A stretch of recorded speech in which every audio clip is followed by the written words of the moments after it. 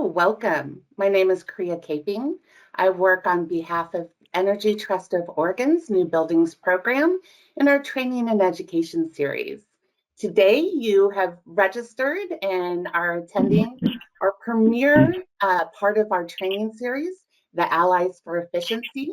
This is a training series where we have the opportunity to highlight just a few projects each year that serve the community and have really high energy efficiency and sustainability goals.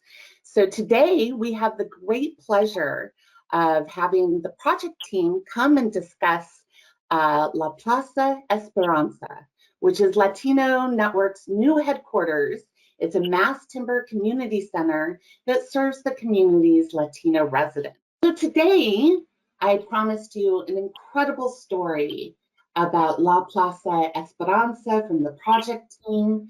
And before we get into really delving into the design and build of it, wanted to share a little bit about how to engage with the Energy Trust New Buildings program. You might have a project that you would like to enroll in the program as well. And I have my colleague, Jesse King here. He's an outreach manager with the New Buildings program that had the great fortune and joy of working with the Latino Network on this project. Jesse, do you want to share a little bit about some of the amazing features and incentives that were part of this project? I would love to. Thank you, Kriya, for that introduction. And I just want to say it was my absolute pleasure to work with this team on this project.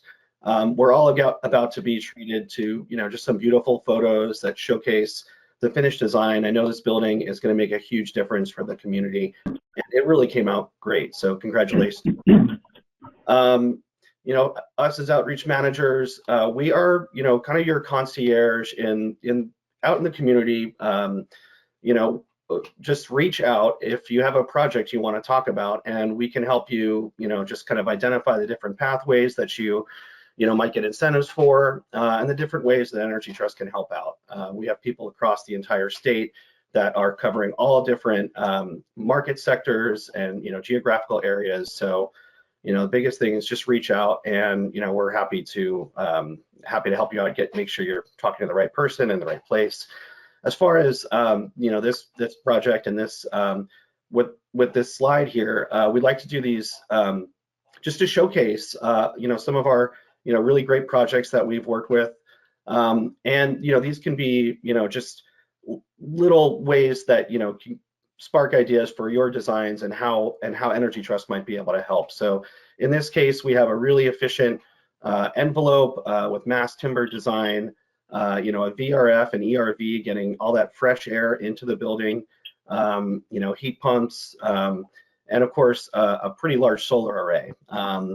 And so all these things working together, and to just get almost $70,000 in cash incentives, almost $20,000 in energy savings, and this doesn't even count the solar because we're still working through that incentive, and so we haven't heard the last of really the energy savings and the energy efficiency of this building. So yeah, congratulations on getting this done, and I know it's going to be a huge boost for the community.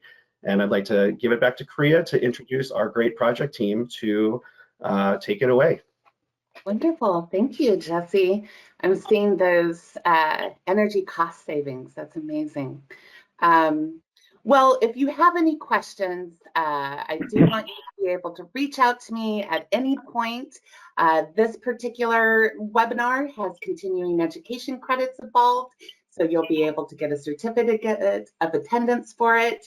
And if you're interested in learning more about some of our Spanish language resources, or talking to someone in Spanish to learn more, I do have that contact on there as well. So let's go ahead and transition to the Tina, to your PowerPoint slides that delve into all of the amazing aspects of this project. And yeah, let me introduce you to this rock star team that made it all possible. So we have Tony DeFalco, who's the executive director. We have Randy McGee, who's principal at ZGF Architects. We have Tina, of course, helping us, and I want to say it, Fuen Major, as the project manager with Salazar. We have Forrest and Tanya Gesner, who's with PAE, and we have Lupe Campos, who is going to tell us more about the preschool programs with the Latino Network.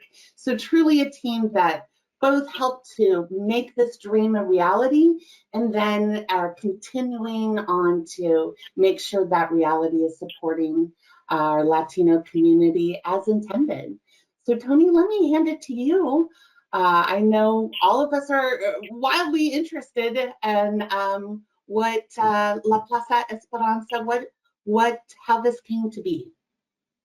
Thank you, Kriya. Good afternoon, everyone. I'm Tony DeFalco. I use he, him, L pronouns, and I serve as the executive director at Latino Network. So we'll start off with a land acknowledgement. We'd like to acknowledge that our offices and homes are located on lands that have been occupied and stewarded for centuries by people from the bands of Chinook, Clackamas, Cowlitz, Kalapuya, Cathlamet, Multnomah, Molalla, Tualatin, and Wasco. These indigenous communities were subject to unfathomable atrocities, forcibly dispossessed of their homes, lands, and more. Yet, we understand these tribes are still here, passing on their cultural heritage, among many things. We benefit from occupying their traditional lands and accept our responsibility to be stewards of this one earth. Thank you. All right, so I am really honored to be here today with you all and want to express some deep gratitude to our friends at Energy Trust of Oregon, been a very close partner of ours and mine across multiple projects and multiple agencies. So thank you, ETO friends, and special thanks to our friend Tina Fuenmayor. Thank you for organizing us today. I want to start off with just sharing that this La Plaza Esperanza that you're hearing more about today has really been a community dream for many decades. Our community is 15% of the state's population. Here, where we sit in the Rockwood neighborhood of Gresham, we are 35% of the population. And yet, we have never had a significant place of our own on the east side of the Portland metro region. We have lovely facilities on the west side. We have our very special Teatro Milagro in inner southeast, but no, real community center place to call our own. And so our community has been dreaming of a place like this for a very long time. And about coming up on 7-8 years ago now, that dream really started to manifest into reality. And it started with that deep understanding of having served our community for many, many years. We're going to be 30 years old next year. We have over 250 staff. We have a broad range of services that we deliver across a wide variety of areas. We work in East County, obviously here in Gresham, but also in Clackamas and Washington counties. And we know and have known for many years the kinds of things that our community needs in a facility. And so we started off by digging a little deeper and thinking about, well, what would the facility actually look like? How would it perform? And that concept phase really led us to some key learnings from our community. Wanting to have a large, welcome open space, wanting to be seen, and to also let our neighbors see us and be proud of who we are and see that pride in our community. We also wanted to have a place that could have the kinds of things that we do as a community, celebrations, providing all kinds of programming to our participants, and a real long-standing dream to have our first stick and brick preschool to build on over 20 years of early learning programming that you'll hear a little bit more about from Lupe later in the presentation. So out of that concept, we knew we wanted to have the program be about delivering high quality programming for our community. We wanted to have that preschool space, and we also needed space for our staff. So we have over 100 staff that work out of East County, and for them to have a high quality environment with all the tools that they would need to be able to meet with their teams, prepare their curriculum and programs, and certainly meet with participants and have a place for participant programming to take place. And I can tell you right off the bat, since we've been open in February, all that and more has been happening. And I will say it couldn't come at a better time. As early as literally the moment we got our certificate of occupancy, the very next day, we had a Know Your Rights training in our multi-purpose room. And for those of you that know about that, that's a critical part of the infrastructure for our community to really be able to withstand the assaults that are coming to us in particular by this federal administration around immigration in particular.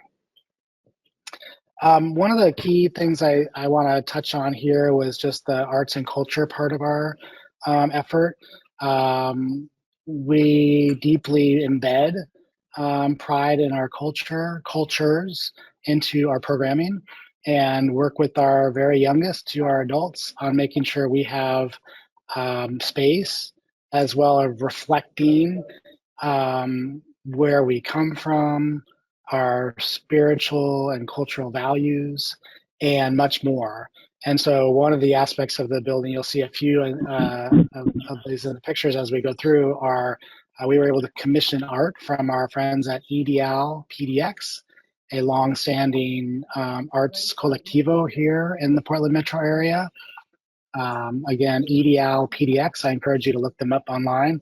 And we were able to commission art where the artists worked with our staff to understand what's going on in the community, what kinds of things do you want to lift up in our in the art production here. And we commissioned, I think, around 8 to 10 pieces of art in the building, and we're able to pay for that art. That was a very a big deal for us. The other piece around resilience I just want to touch on here, we didn't set out to create the most resilient building. Our goal was to create a community center and preschool and space for our staff to work. That was the most important thing. And when it became clear that resources were available to incorporate resilience features, of course we wanted to jump on that.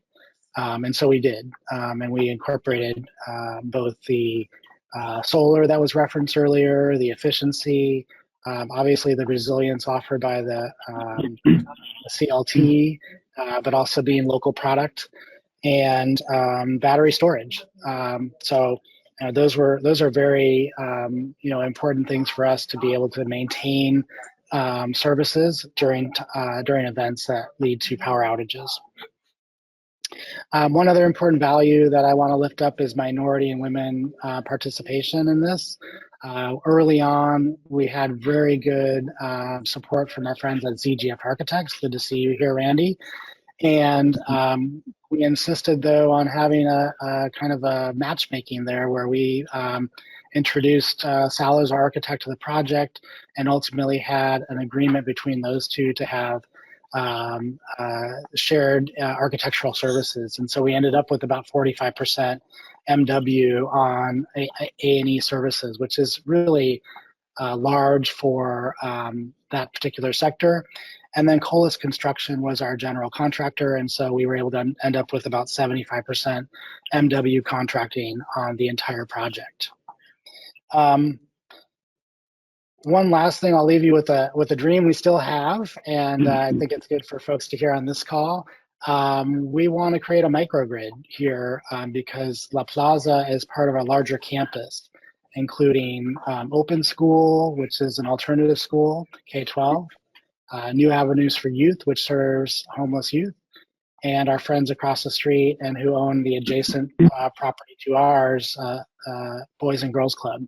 And so together, those partners have agreed to do a feasibility study, and thanks to our friends at PAE, we are now in the process of engaging in that study, and hopefully we'll be able to add more solar to this combined campus, more battery storage, thus creating more revenue for 4 important or nonprofit organizations, decreasing our reliance on the grid during outages, and increasing resilience for our communities, and also providing an example of a microgrid in a Latina dominant neighborhood.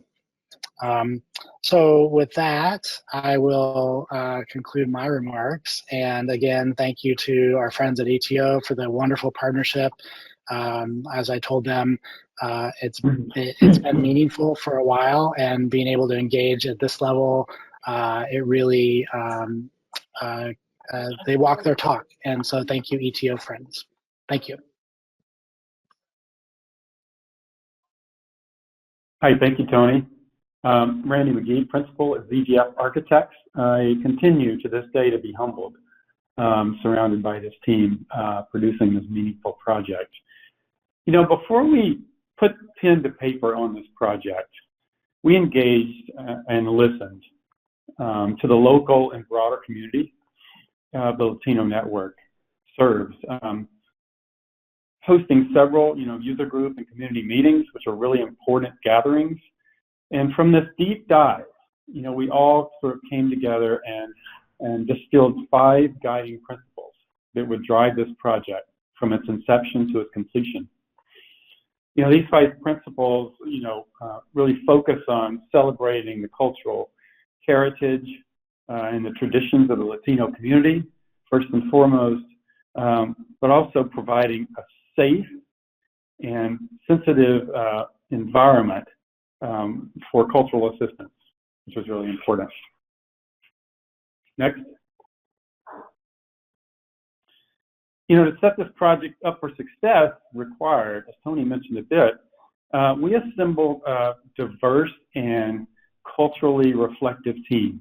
Everyone fully bought into this project and the goals that we were trying to achieve. So thank you to all these team members. Next.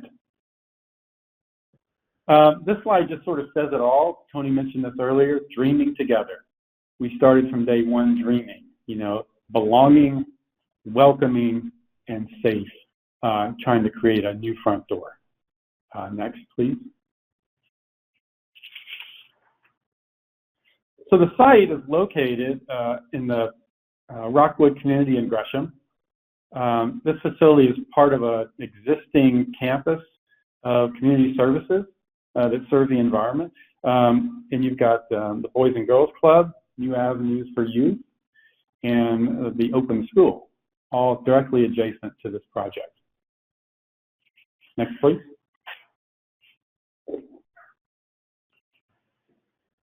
So to create a place that projects Latino culture within the context of the Pacific Northwest, first and foremost, we thought of traditional Northwest architecture using wood as a predominant material. It's a material that is a reflection, I think, of Latino sustainable community. And as you can see in this photo, we started with mass timber. Mostly for this project, it being a very economical and sustainable solution that could become not only the structure, but the interior finishes, going up rather quickly and providing a palette, as Tony mentioned, to be a backdrop for all the beautiful artwork that would be within the project. Of course, this solidified our embodied carbon goals for the project as well. Next, thank you. So the project itself is approximately 18,000 square feet.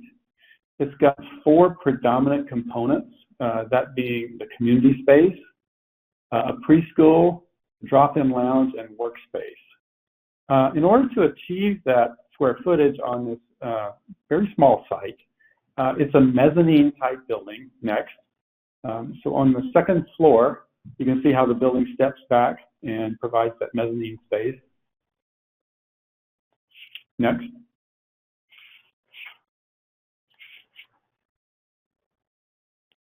So as you approach the building, the first thing I think you notice is this deep south-facing welcoming porch that extends from the west all the way to the east.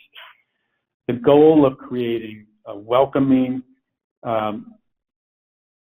regional, environment that provides covered, occupiable space both in the summer and the winter, and says all are welcome here, which is a very important idea. Next, please. Here you can see a little bit how the mezzanine works within the folding roof. It's set back on the back side in the background, which provides light-filled mezzanine space that's lofted above the lower floor. Next, please. So the materials of the building, if they're sitting on this predominant corner, you can see there's a mixture of wood, both CLT and natural tribal provided woods on the facade, to a metal panel that really animates, captures the light, and provides, if you will, a shell protecting this wood enclosure inside. Next, please. And at night, the building is becoming a beacon. It's really a lamp of the community that continually says that this is an open environment providing safety and a welcoming day and night. Next, please. So in the corner of the main building, there's an event space and there's some operable doors there. The important thing here is that's an event space that is open year-round. The doors can open, they can provide for festivals where the inside can spill onto the outside and really start to become a community gathering space for the entire neighborhood. Next, please. So the materials, transparency, and the form really serve to create a sense of place in a very comfortable scale, so people feel welcome, safe, and at home when they arrive. Here you can see the front entry, the exhibit space opening onto a terrace where people can sit outside and enjoy the porch that provides cover here. Next, please. One crucial part of the design in the preschool area that they will talk about in the latter part, but I'll mention the screening element here, which we really saw as an animated enclosure. It provides filtered light and a very safe environment for the playground area. And this wood, as Tony mentioned from some of our tribal partners, this comes from the Cow Creek tribe in Roseburg. It's an incense cedar. So it really starts to talk about wood from the region and has that incredible smell as you walk by it in the morning from the inside and out. Next, please.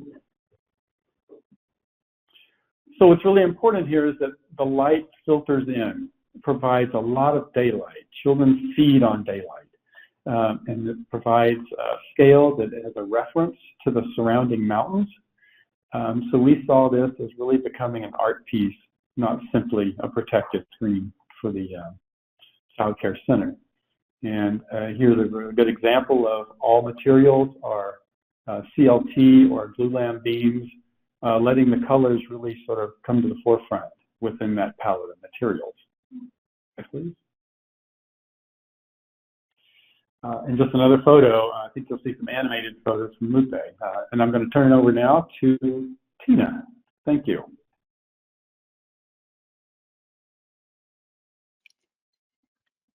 Thank you. I am Ernestina Fuenmayor, she, her, ella pronouns, and thank you for inviting me to this panel. So as Tony mentioned, Salazar Architect was brought to by Tony to this project during the schematic design phase to work with CGF, and our scope was the interior spaces. We are proudly BIPOC-led architectural firm, and I was honored to work in a project for my community and where I can actually speak the language of the people I am serving, and actually where nobody will be afraid to pronounce my name and last name. So the design team from Salazar involved many people. Some already left the firm, some are still here. I was the project manager and the project architect, and our design was led by Christian Tejes, a Mexican architect who brought in his sensitivity and passion for interiors and art. We all work together to bring a design that will allow the Latinx community to feel safe with a little bit of home and when they enter this building. I want to acknowledge the contributions to Jennifer Nye, Kayla Anderson, Jake Lewis, Paul Conrad, Christina Kwasinski, Daria Vernigora, Emily Mattis, Bate Haywood, Katie Mays, and many others that contributed to this project alone, and also Colas, who was able to build this amazing project. During this project started during the pandemic, and we actually didn't get to meet in person until for like a year after. We did 3 focus groups with the internal Latino network, and then we focused in the 3 main spaces, like understanding more detail about the community spaces, the preschool, and the office area. But our inspiration is the interior design grows around a very well-known functional concept space carried from Europe and adopted in Latin America, the central patio. This vivid space is part of the many family stories resembling the old Latin American community building configuration.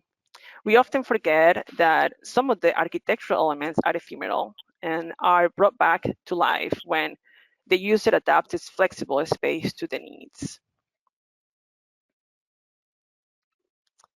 This traditional space, based in simplicity, enhancing the function, transitioning and meeting points as one of the most important active elements in the project, is offering a direct relationship between the exterior and the interior design.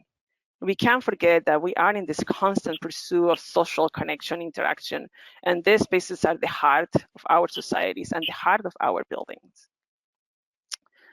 And Randy already went a little bit over these spaces, but I'm going to go a little bit more in specific. This is the floor plan, and we have the preschool tucked in this corner here, and with the main entry, and then the public community multi-purpose room area here, and then the office tucked in the back.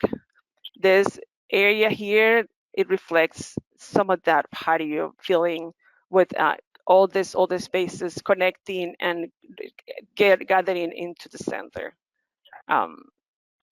We can also see it when we are in the second floor in the mezzanine, and we can look back to the center of this patio as the pictures I showed you before.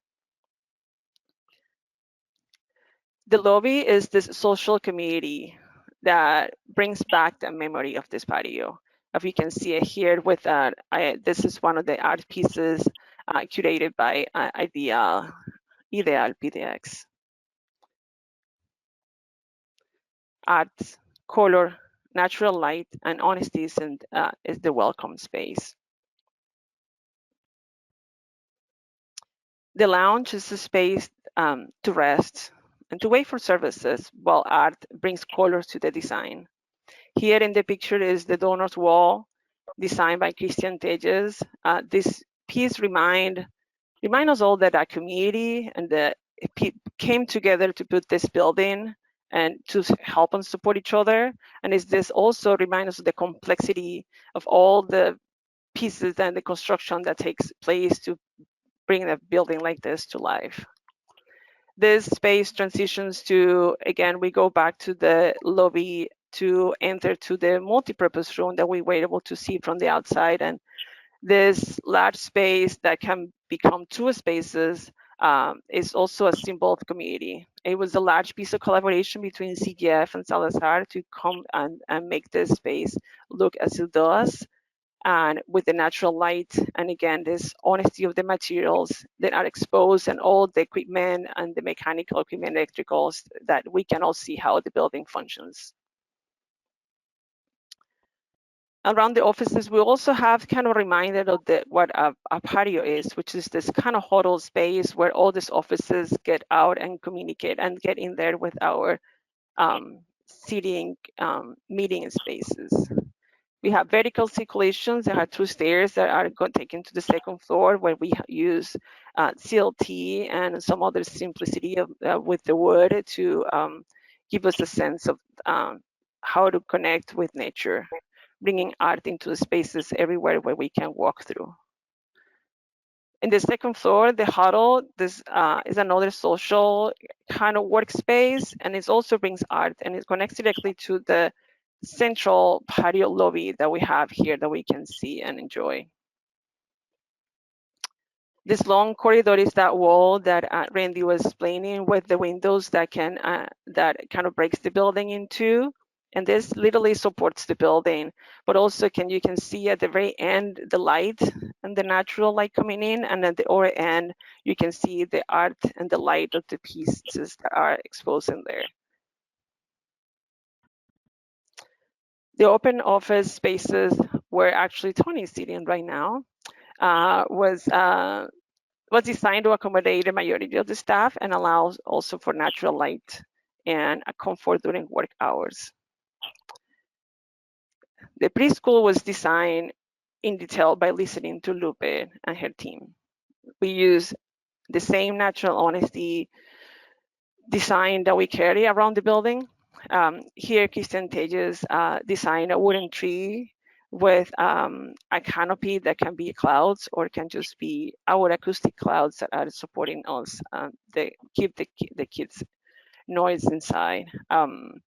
This has exposed CLT, glulam beams, columns, and it reminds us that nature is part of life. This is a quick floor plan of this space so you can see, and then Lupe will go more detail on this spaces, but when you come into the building, the preschool is has a separate entrance from the main entrance, and you get to the waiting room. You have an office where actually Lupe is sitting there right now. And then we have a classroom with that has actually the 2 accessible bathrooms, one for the kids and one for the teachers, along with the indoor and outdoor playground, which was also a large piece collaboration between CGF and Salazar to connect those 2 spaces. And I'm actually gonna let Lupe now take you to the special space. Thank you, Ernestina. Hello, everyone. I'm happy to be here. I can't advise on technical stuff, but hopefully the vision. So my name is Lupe Campos. I am the director of the Early Learning Department here at Latino Network. And I use she, her, ella pronouns. And just as all others alluded to before me, my vision for the preschool, this vision for the preschool, having our brick and mortar preschool, has been longstanding. As Tony said, one of our programs has one of our longest standing early childhood programs, Juntos Aprendemos, has been around for 25 years. And it's almost been that length of time that this dream has been ongoing, to have this preschool. And I started 10.5 years ago. And when we envisioned this preschool, I was like, is it gonna happen? And we had all these things. So when people told me when we started planning dream big, I definitely dreamed big. And one of the things that I really wanted to incorporate into our preschool was nature. That is something that has been lost to a lot of us, and nature brings healing, nature brings joy. And working with little kids, that's what we want. We want them to be joyful. We want them to love coming to the school. But we also wanted to be as inclusive as possible.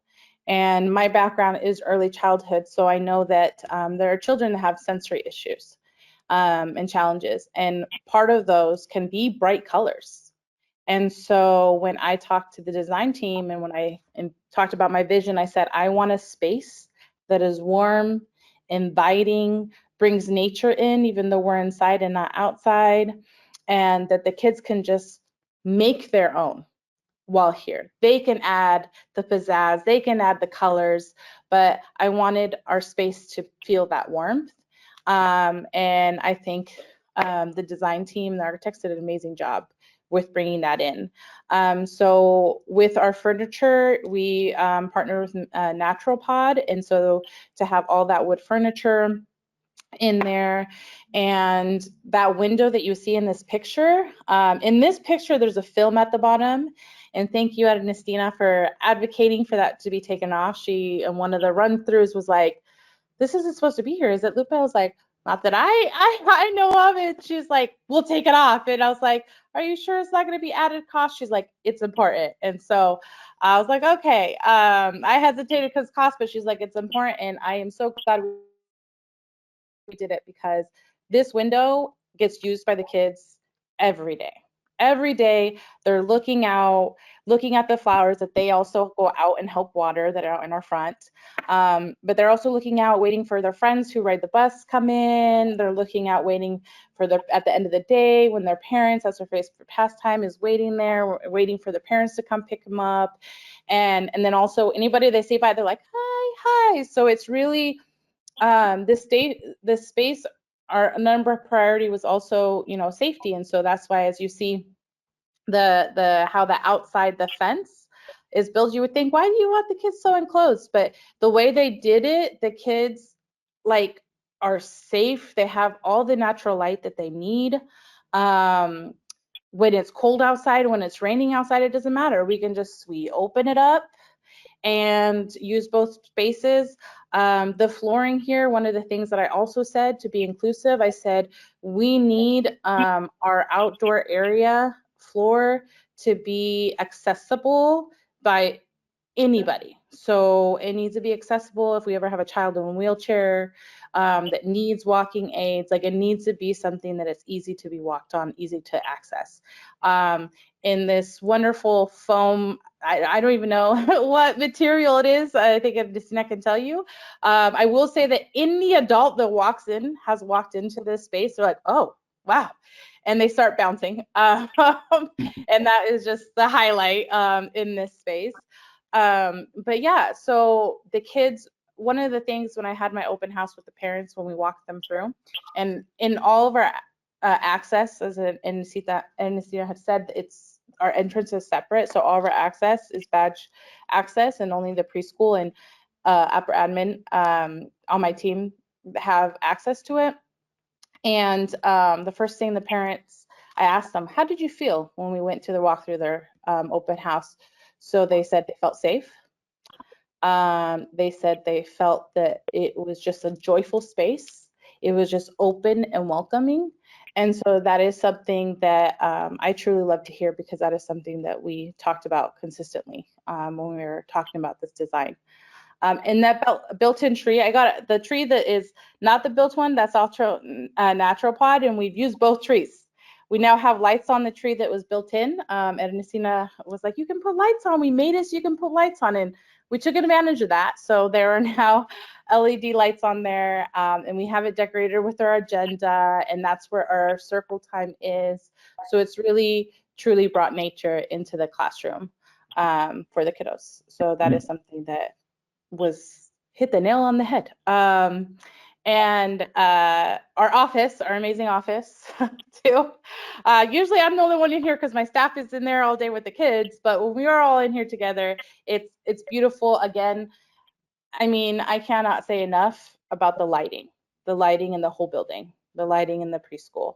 That is something that I, in the past, have worked at preschools, and it was, a space here in a church, a space here in even a school, in the school district, but they're so dark.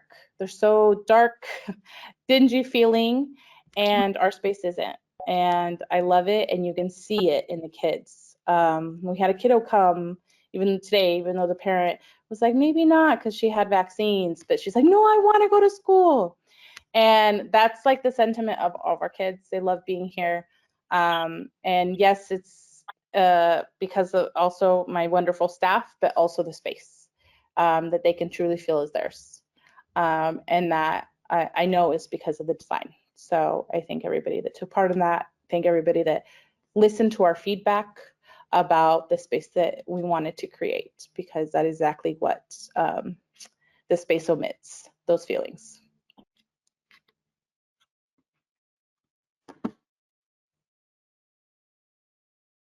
All right, it's over to me.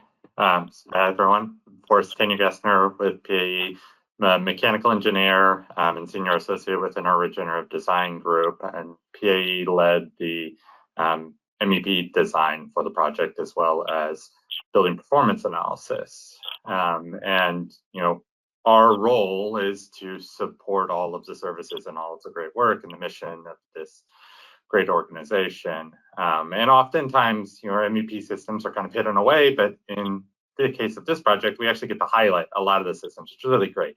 And, you know, it took a lot of collaboration to make it shine and look the way it does. But we found a lot of really great opportunities through different grants, through ETO, to bring sustainability to the forefront on this project while still meeting the needs of the organization, and to push it beyond. And that took a lot of effort and collaboration between all of us to make that happen.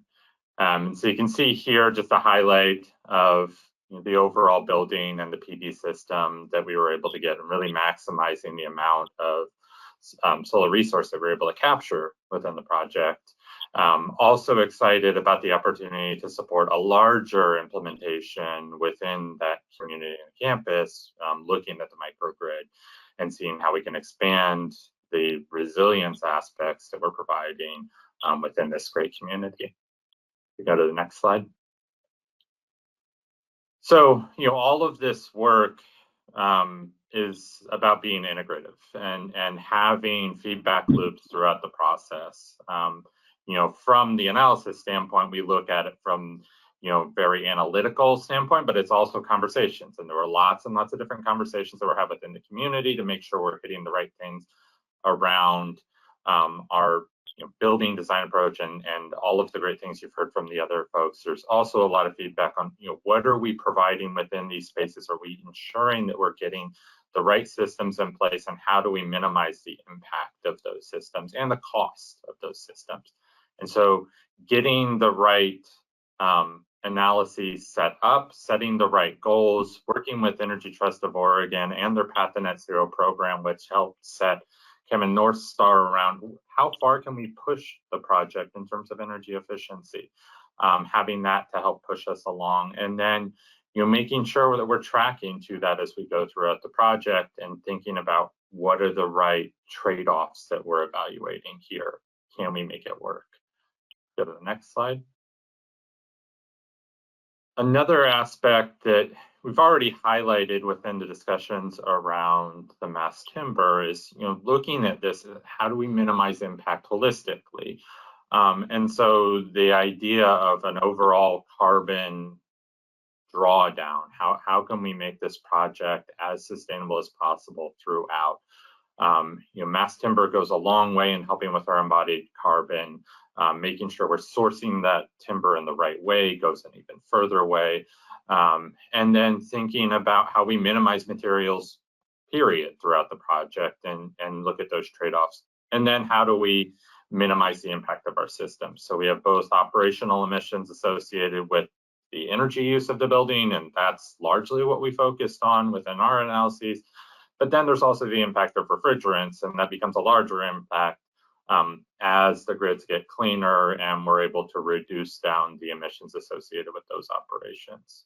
So we wanted to look at, you know, all of those aspects and make sure we were thinking about those throughout the project. Go to the next slide. You know, part of this is making sure that we're thinking about all electric design. And so it was an early established goal that we wanted to have an all electric building for this project. And we were able to use that as a strong starting point for our systems evaluations. We go to the next slide, we can show why all electric matters. You know, traditionally, here's kind of your stack of carbon within the building, and this isn't representative of this specific project. It's just a diagram to help understand where everything lines up. But your embodied carbon is what you're starting with, all of the materials you're putting in. The mass timber helps us draw that down. But then your operational carbon with traditional systems is just going to continue to grow, and that tends to outweigh the material embodied carbon throughout the life of the building. we can choose to be more efficient and go with an all-electric design, we can bring that down substantially. If we can offset that energy with a PV system, then we can flatline or even draw down the emissions associated with our operations. So those were the kind of guiding markers that we were looking at in how we were evaluating energy efficiency. Next slide. So, what were the key features? The mass timber we've spoken about. The structure overall was really important to the project, making sure we were really efficient with where we were placing insulation. Timber, in addition to being a lower carbon option, is also a more insulative material than a typical steel and concrete structure, and so that gives us some advantages. And then we looked at enhancing insulation where it made sense and choosing good glazing. One of the other things about the structure that was really important to minimizing our energy and loads in the building is how we optimize the shading in the building. You can see we have a deep overhang that's reducing all of this great the south-facing light that we're getting. And this is a nice winter photo that shows, we're getting that light when we want it. But then as you get into the summer and you have the higher angle sun, we're keeping that out of the building. That helps us minimize the overall system capacity we needed, and allows us to operate more efficiently throughout the year by having a lower energy load. You also have seen in some of the images that Randy had shared that we did have good lighting on the west facade of the building by having that sawtooth structure, and that was very intentional on CGF's part to make sure that we're getting the right type of light in and not getting the low angle west sun that's going to be kind of detrimental to both the occupant comfort as well as the energy use of the building. Then we noted the all-electric design. By designing a good heat pump system and all-electric water heating system, we aren't relying on any natural gas in the project. We can offset that energy through on-site PV, and then as the grid gets cleaner, it's also offset. And then the last thing was, collaborating to figure out how can we optimize the PV array, how can we get the most out of a PV array. So we helped support going after a grant to get funding for that array, as well as additional incentives through Energy Trust of Oregon. Go to the next slide. So how did that all stack up in comparison to the path to net zero and a energy benchmark that we were starting from? So path to net zero, for those of you that aren't familiar, is a program that's aligned with the Architecture 2030 goals, which is trying to draw down emissions and energy use within buildings from a static benchmark. And so our starting point for the project was an EUI energy use intensity of 79 kBU per square foot per year for this type of facility. The code target for a building of this type would have had us around 49, and we were able to draw down to about 26 for our operating energy without accounting for any PV offset. And so, it's a 45% reduction in energy use and operational carbon, approximately. The big movers were having a efficient decoupled HVAC system. So we have dedicated outside air, ERBs that are providing ventilation. They're zoned in a way that those, community space and preschool and office spaces are all separately controlled. And so, depending on how we're operating that, we can have those shut down and optimize energy by not needing it at those specific points in time. And then we have a very efficient heat pump system with the VRF that we're able to provide the conditioning when we need it. And the lighting design was optimized throughout the project. We're really able to bring down heating. The lighting target in this type of building is actually fairly aggressive. And one thing we don't get to take credit for is all of the great thought that went into the architecture and making sure we're getting the right daylight into the space. We're just looking at the daylight controls once they're already, the structure is already in place. So there's a lot that went into getting good daylight into this project. And then you can see when we added all of the solar that we could feasibly get onto the roof, we're actually anticipating operating negative, carbon negative with the project. That we have more solar than we need, which lends into this idea of a larger microgrid community system that can allow sharing of that resource with others in the community. There is some solar energy storage, battery energy storage that is part of this project that provides some resiliency for the preschool area and allows for some continuous operations in case of an outage, but how can we go beyond that? And so looking to leverage this resource that we have on this building for the larger community and just understanding how this all fits in.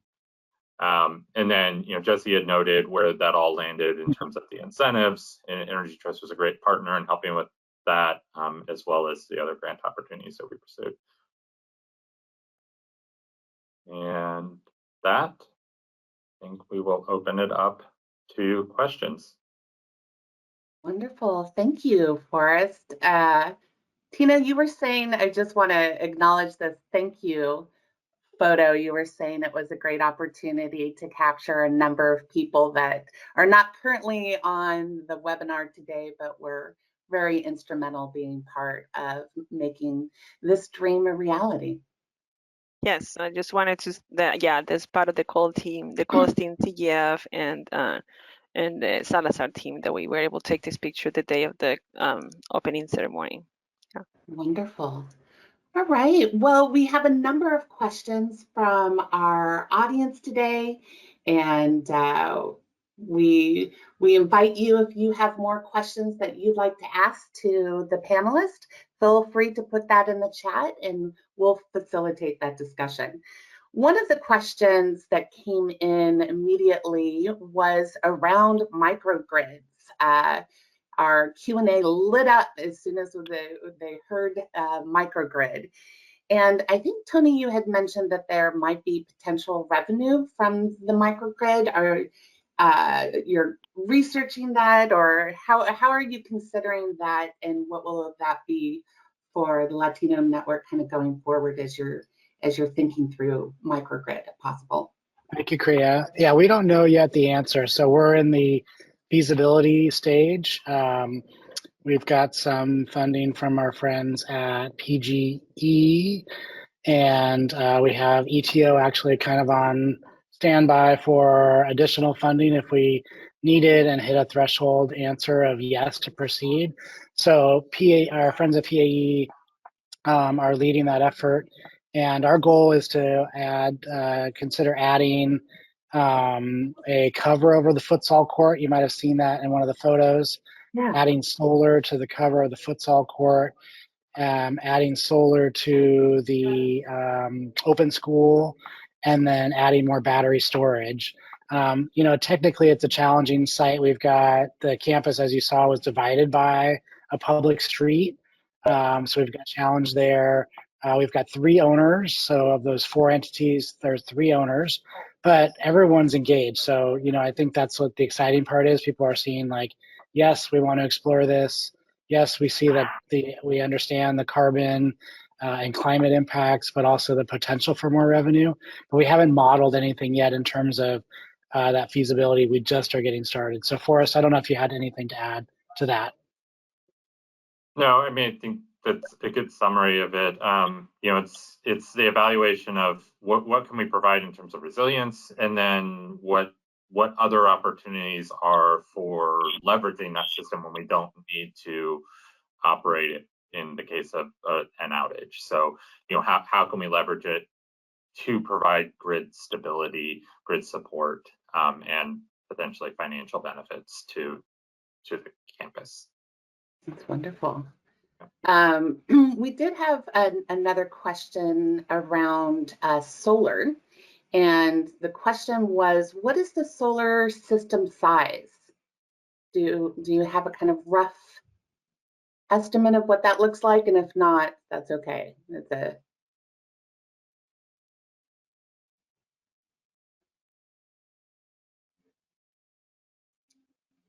I don't, Kriya. Sorry, I'm looking. Okay. I do have it. Give me just a moment. I'll pull it up. I have it. No problem. I'm giving you those reporter tough questions. So we'll put that one on pause and go forward. Tone Lupe, we did have a question just around the naming of the building, La Plaza Esperanza. Can you tell us a little bit in your introduction, and Lupe, oh my gosh, what you were saying about supporting the kids and how much they want to be there. What is the story behind the actual name? So it means, a place of hope. And I think for us, it's especially poignant right now as our communities are being targeted. But I think, regardless of this particular administration, I think what it means is about having a place to connect, having a place to dream, having a place to feel safe. And when I see what's happening now in the building, I see kind of the magic that happens when you have that place. And you encourage that kind of dreaming and feeling safe and feeling seen and hearing your language. That's when the ideas start and the projects get started and connections are made to strengthen community. And so I think, for us, that really embodies this building, and it's more than a building. It's really about serving community and having that place that we can call our own and be very proud of. And I'll add for the escuelita, we're naming it. Oh my God, I felt so much pressure, but I was like, I'm just gonna go off of La Plaza. So I named it Escuelita Esperanza because it is also a school of hope, right? For our young ones that are our future. I was born and raised here, but I remember where I was, there was very little Latinx community. And so that belonging piece, that cultural identity piece, unfortunately, I didn't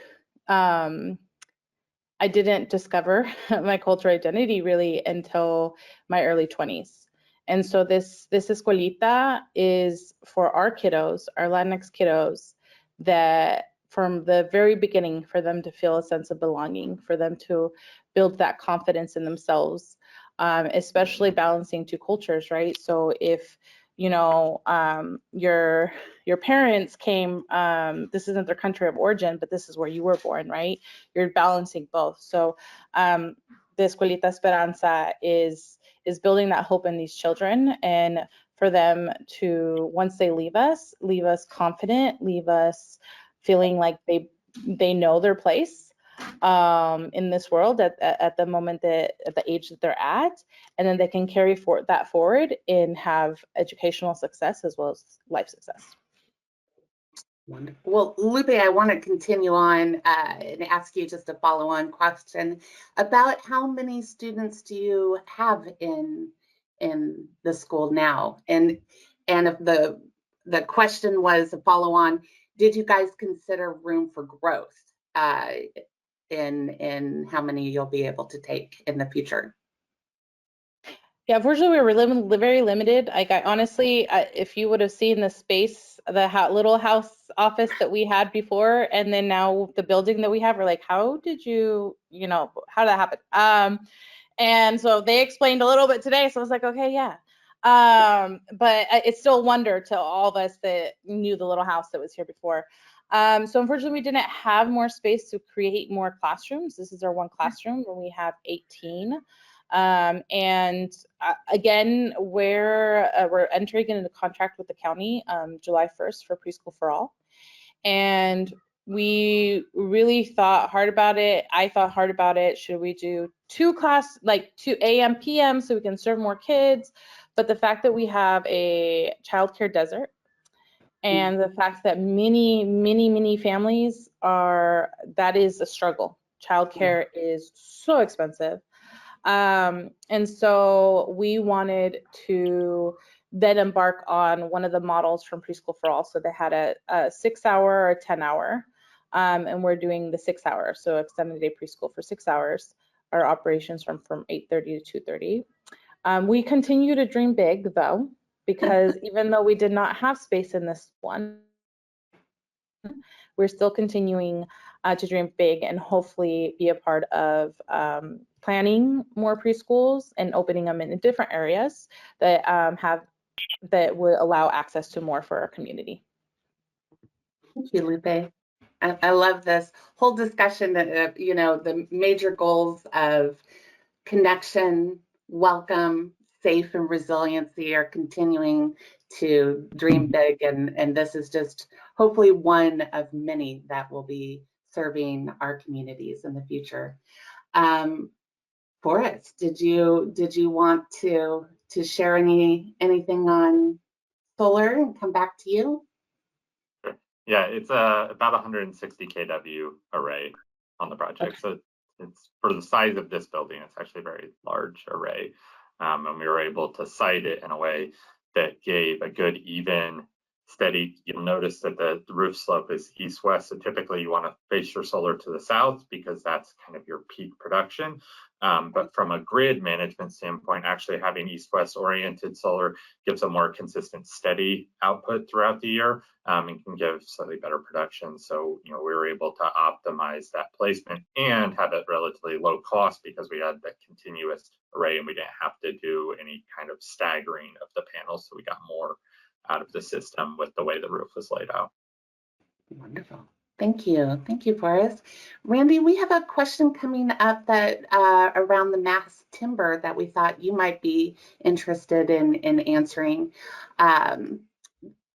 It seems, was mass timber considered right from the get-go on this project, or was it something that kind of came to the design considerations as you were looking at maybe some of the sustainability goals? How was the decision arrived at? Well, that's a really interesting question. We did start with mass timber because as we went through the focus group, we started to understand that, you know, this whole Northwest wood ethos was part of the Latino community. But as we got into pricing, like a lot of projects, the mass timber was not pricing out well, and we were going to look at some other options. This is where the value of relationships built really comes in. So we recall some of our partners, and I'll give a shout out to Carpentry Plus, came in with that same ethos of this is an important project. So they really looked at it and brought together a mass timber package that was the shear walls, the roofs, the columns, and everything that came in actually below a framer's construction cost, both in wood and steel. So we were very fortunate to get that kind of pricing for this project because, as you can see, it makes a big difference, particularly when you're trying to express art and, you know, give that natural feeling where you feel like you're outdoors. Right. Very good question. Yeah, and just as a follow-on, are you seeing a growth then in the mass timber market in Oregon right now as you've established some of these longstanding relationships and maybe some of the designs that you're looking at into the future? It's growing exponentially, as you can just see by projects under construction, ones that we're working on. You can look at the airport, for example. For us, it's important to be able to bring this opportunity to organizations like the Latino Network that ordinarily wouldn't get that opportunity. So you bring those partners in early on because, you know, they feel as strong as we do. Everyone deserves that kind of project. That's what they want. So that's where we really want to, you know, drive the mass timber industry to give the, you know, the carbon benefits, the natural benefits to all clients, not just the ones that you typically see. Wonderful. Tina, you had mentioned a phrase that sparked some interesting questions from our audience. The honesty of the materials is what you had said. And I really appreciate that because you can really see in all of those photos that it's right there to be seen. The question was, do you have any descriptions available on the materials actually in the building as people are occupying it, if they want to kind of learn more? Is there any placards or anything, or is that something they can maybe even ask the staff? The question is, people in the building, are they curious as they're looking around and seeing the open layout and the honesty of the material? Are they asking questions? That's a great question.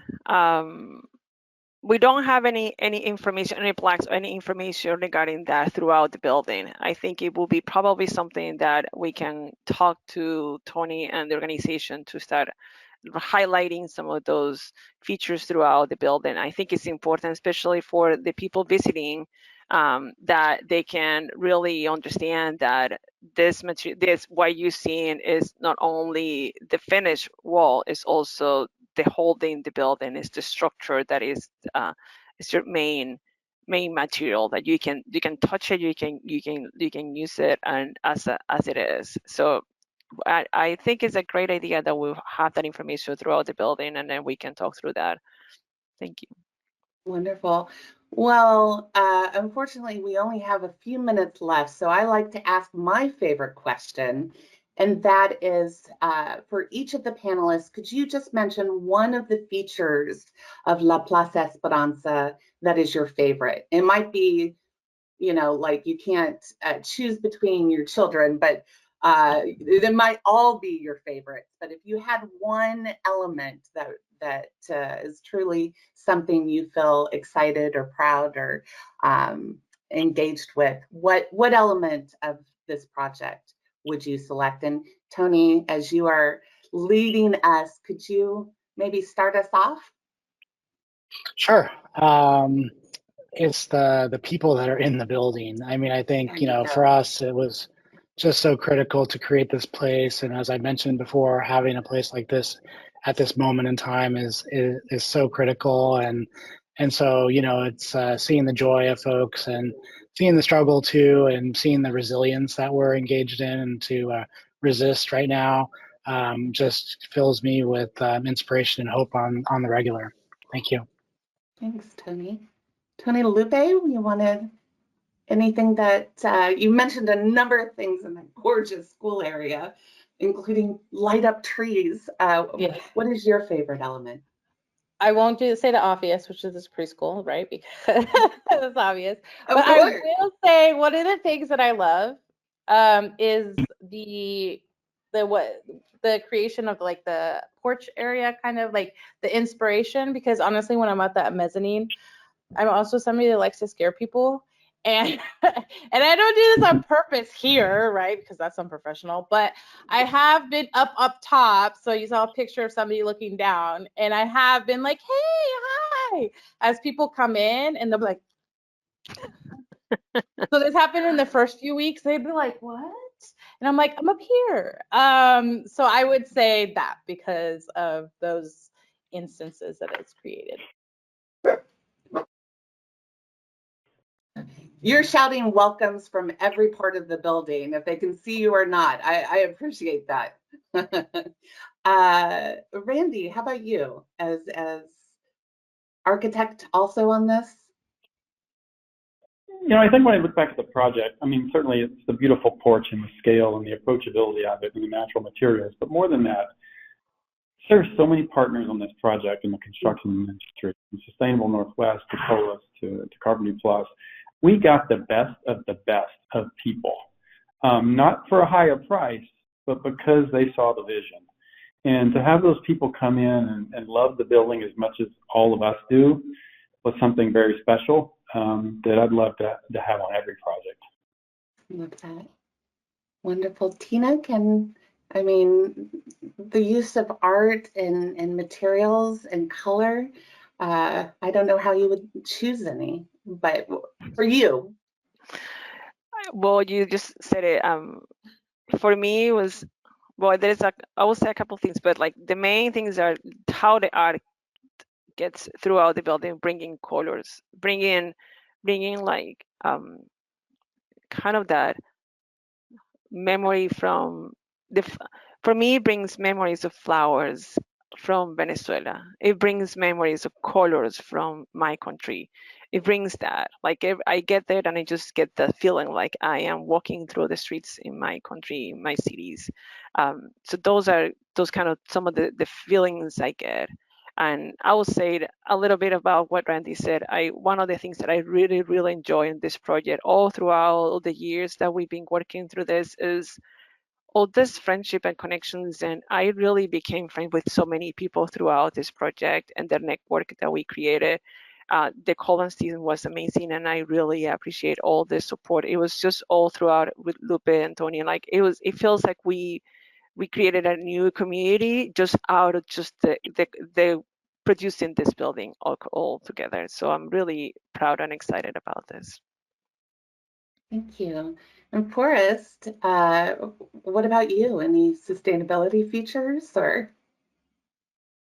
Yeah, I mean, the shining thing for me is the collaboration that we're able to achieve in just supporting this organization and being able to continue to support and hopefully grow sustainability within the region there in that neighborhood. And I think that we were able to land at a project that is anticipated to be net zero energy was amazing. And we were able to do so much with the structure and like really make the entire building kind of shine and have our systems be a part of that and be highlighted within that. I think it just shows how collaborative we all were, that we were able to make it all fit and all look good and all bring the services and support to this community and hopefully can continue to do so and expand that. Thank you. Well, what a great way to end on. This is truly a success story for so many of us to look towards, a beacon on the hill, hopefully replicate in many different ways. And thank you all. What an incredibly powerful, moving story that we were able to hear today. I appreciate you. I'm so thankful for La Plaza Esperanza and for this team. And I just want to remind our attendees, there's a certificate of attendance for you if you'd like continuing education credits. Lupe knows how important that continuing education is for us. It doesn't stop at our early lives, it continues our whole lives. And thank you all, and please feel free to reach out if you have more questions. I hope you have a good rest of your day. Thank you.